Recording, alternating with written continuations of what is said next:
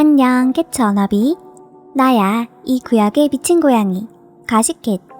흑백 영화 같은 고혹적인 음악으로 수많은 캣스너들의 고막을 훔쳐버린 라나델레이. 그런 라나델레이가 이번엔 악어 투어 가이드와의 깜짝 결혼으로 캣터넷을 뒤집어놨어.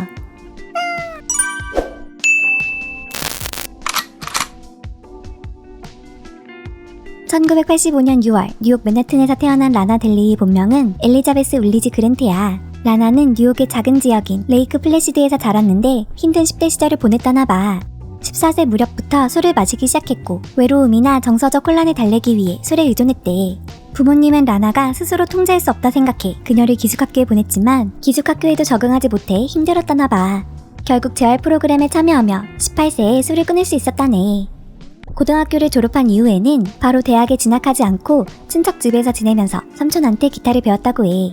그 후 대학에 입학해 철학을 공부했지만 라나의 진정한 관심사는 오직 음악뿐이었어. 라나는 리즈 그랜트라는 이름으로 오픈마이크를 하며 음악 커리어를 시작했지. 2006년에는 작곡대회에 참여하기도 했는데 우승은 하지 못했지만 심사위원들이 데모를 만드는 데 도움을 주었고 그 결과 인디 레이블인 5포인트와 계약을 맺을 수 있었대. 전 27살이 되어서야 유명해졌고 그전에는 낮은 가격으로 노래를 불렀어요. 그렇지만 전 그걸 좋아했죠. 정말 영혼이 순수했어요. 2010년 라나는 첫 앨범을 준비하면서 예명을 라나델레이로 바꿨어. 라나는 예명과 어울리게 머리를 염색하고 더 복극적이고 화려한 이미지로 변신을 했지. 또 감성적인 얼터너티브 음악으로 시그니처 사운드를 만들었어. 매니저들이 레이블의 음악을 설명할 때 어려워하면서 저한테 계속 어떤 장르야, 어떤 스타일이야 라고 물었어요. 전 그걸 할리우드 새드코어라고 불렀죠. 이 무렵 라나는 런던에서 잠시 머물면서 저스틴 파거 등과 함께 작곡에 집중했어. 두 사람은 독특한 분위기의 곡 비디오 게임스를 협업했고 공식 발매 전에 라나가 직접 만든 뮤비가 엄청난 히트를 치며 라나델레이는 힙스터 캣들의 여신이 되었어. 그러나 2011년 10월 라나가 대형 음반사인 인터스코프 레코드와 계약하자 힙스터 캣들은 비디오 게임스가 마케팅 전략이었을 뿐이라며 비판하기 시작했지. 아버지가 백만장자여서 지원을 빵빵하게 받았는데도 인디 이미지를 위해 가난한 척했다고 말이야. 물론 그건 사실이 아니라고 해. 라나는 독립적인 삶을 살고 싶어 트레일러 파크에서 지내며 경제적으로 자립하기 위해 노력했대. 또한 알코올 중독 문제, 어머니와의 갈등 등 외로움이나 불안 등 정서적으로 고생했던 경험이 그녀의 어두우면서 감성적인 음악 스타일을 만드는데 영향을 주었다고 해. Anyway, 2012년 라나는 SNL에 출연했는데 긴장이 많이 되었는지 듣는 사람도 괴로운 라이브를 선보여 그녀를 향한 비난의 화살은 더 거세지고 말았어. 또한 비평가들은 라나데이의 앨범 본투다이에 혹평을 내렸어. 라나델레이는 진짜가 아니다 라며 말이야. 그럼에도 라나의 인기는 승승장구했고 빌보드 200 앨범 차트에서 탑 5위에 오르며 라나델레이의 성공적인 커리어가 시작되었어. Summertime Sadness, Young and Beautiful, Born to Die, West Coast 등 멀리 플래티넘을 기록한 히트곡도 줄줄이 발표했지. 이 집부터는 대중성보다는 앨범의 완성도에 힘을 주며 상업적 성과는 조금 부진했지만 평론가들로부터 호평을 받았어. 이후 2019년에 발매한 Norman F***ing Rockel이 크게 히트를 쳤지. 2020년 그래미 어워즈에서 올해의 앨범상, 올해의 노래상 후보에도 올랐어. 라나는 현재까지 총 11번이나 후보로 지명을 받았는데 아쉽게도 트로피는 얻지 못했지. 이렇듯 라나는 할리우드에서 비주류인 얼터너티브 장르로 많은 캣들의 사랑을 받고 있는 멋진 아티스트야.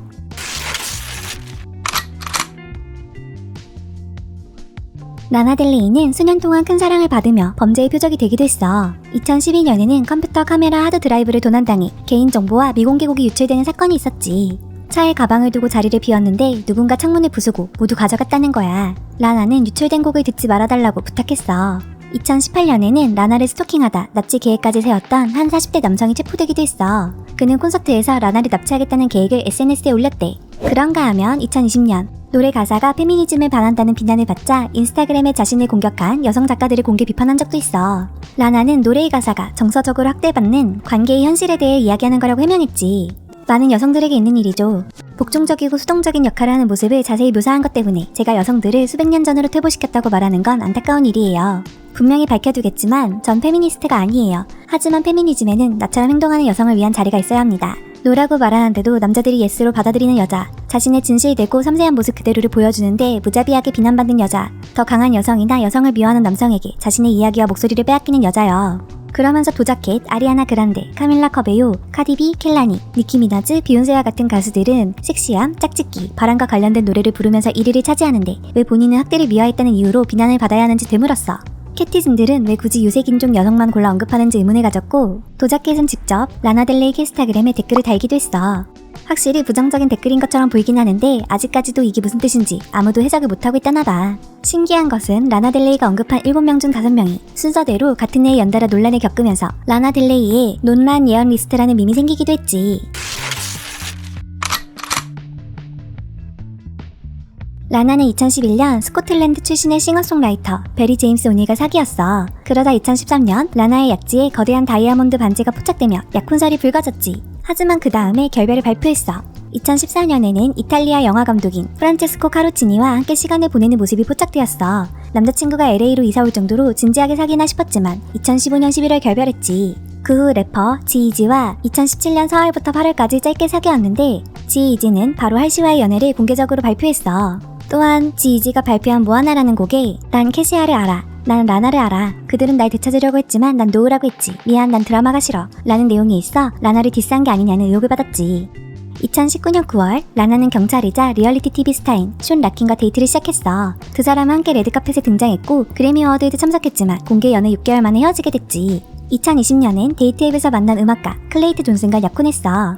SNS에 서로의 모습을 당당하게 공개하고 데이트하는 모습도 여러 차례 포착되었지만 2021년 가을에 헤어졌다고 해.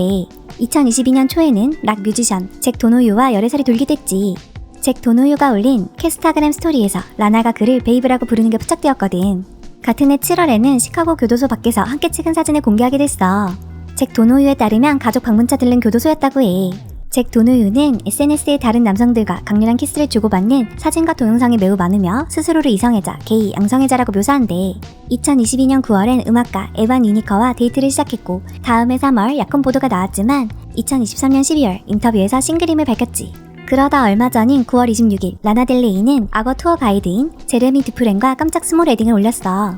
두 사람이 언제부터 로맨틱한 관계로 발전했는지 알려지진 않았지만 적어도 5년 이상 알고 지낸 사이라고 해. 라나가 2019년 3월 제레미의 투어에 참여했었거든. 그때 찍은 사진이 아직도 남아있지. 라나는 제레미의 투어가 굉장히 마음에 들었는지 홍보도 해줬어. 그리고 2024년 5월 일 때문에 루이지애나에 머물면서 제레미의 투어를 다시 한번 신청한 모양이야. 캐스타그램에 제레미를 직접 태그하며 Family in my guy라는 문구까지 남겼거든. 그 후 8월 라나의 공연이 있던 영국의 한 음악제에서 두 사람이 손을 잡고 걸어가는 모습이 포착되었고 9월 7일엔 다정한 모습으로 친구 결혼식에 동반 참석했지. 9월 23일 루이지애나주에서 결혼 허가증을 취득했고 3일 후 늪지대에서 결혼 서약을 했다네. 루이지애나 늪지대는 두 사람이 처음 만난 특별한 장소래. 라나가 과거 여러 인터뷰와 곡에서 자신이 나이 많은 남성들에게 끌린다고 이야기한 적이 있고 악어맨의 노안 때문에 두 사람의 나이 차이가 화제를 모았는데 제레미는 올해 49세로 라나와는 10살 차이야. 그는 전 부인과의 사이에서 두 딸을 둔 이혼남이기도 해. 또 두 사람의 경제적인 차이 때문에 돈을 노리고 라나에게 접근한 것이 아니냐는 우려의 목소리도 있었는데 소식통에 따르면 제레미의 사업은 수익성이 좋고 딱히 라나의 재산에는 큰 관심이 없다나 봐. 작년 말 라나는 하퍼스 바자와의 인터뷰에서 한때 자신의 검소한 생활 공간에 만족하지 못한 남자 때문에 연인 관계를 끝낸 적이 있다고 설명한 적이 있어. 라나의 재산은 3천만 달러에 달하고 600만 달러에 달하는 LA집 두 채를 소유하고 있다고 해. 반면 제레미는 34만 달러로 추산되는 침실 4개, 욕실 4개짜리 집에서 살고 있지. 상대적으로 검소한 모습이 라나의 취향을 저격한 모양이야. 소식통에 따르면 제레미는 연예계에서 만날 수 있는 남자들과 다르며 라나를 잘 이해해주고 존중해준다고 해. 하지만 최근 라나의 남편인 제레미가 트럼프 지지자이며 백신의 회의적인 사람이라는 소문이 돌기 시작했어. 라나가 혼전 계약서를 잘 썼길 바라. 제레미 듀프렌은 도널드 트럼프 추종자이며 동성애 혐오자입니다. 왜 잠재적 MAGA 지지자인 남자와 빠르게 결혼했나요? 제레미는 현재 소셜미디어 계정을 비공개로 돌린 상태야. 하지만 과거 트랜스젠더를 구타하겠다는 암시가 담긴 이미지를 올린 행적 등이 파묘되며 비판받고 있지. 시작부터 온갖 화제를 몰고 오는 라나와 제레미 부부. 워너비들은 라나의 새 남편에 대해 어떻게 생각해? 엑소엑소 가시캣.